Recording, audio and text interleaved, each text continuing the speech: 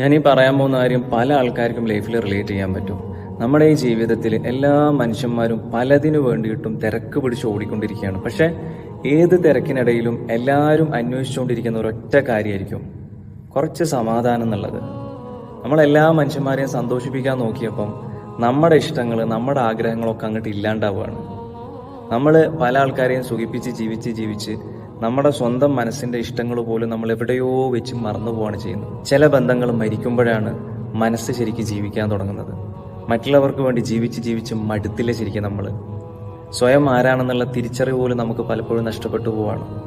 എല്ലാവർക്കും നമ്മൾ ഒരുപാട് അവസരം കൊടുത്തു, പക്ഷെ നമ്മളെ സേവ് ചെയ്യാൻ പലപ്പോഴും നമ്മൾ മറന്നുപോയി എന്നുള്ളതാണ്. അതാണ് ഞാൻ പറയുന്നത്, ചിലരെ വിട്ടു നിൽക്കണം, ചില കാര്യങ്ങൾ ഉപേക്ഷിക്കണം, ചിലതിനോട് ധൈര്യത്തോടെ നോന്ന് തന്നെ പറയണം. എല്ലാം സഹിച്ചുകൊണ്ടിരിക്കുക എന്നുള്ളത് എപ്പോഴും നല്ല സ്വഭാവമല്ല. പറ്റാത്തിടത്തുനിന്ന് ധൈര്യത്തോടെ നോന്ന് പറഞ്ഞിട്ട് ഇറങ്ങിപ്പോകാൻ പറ്റണം. കാരണം നമുക്ക് സമാധാനം വേണമെന്നുണ്ടെങ്കിൽ പലതിൽ നിന്നും നമ്മളെ തന്നെ നമ്മൾ സേവ് ചെയ്തെടുക്കണം.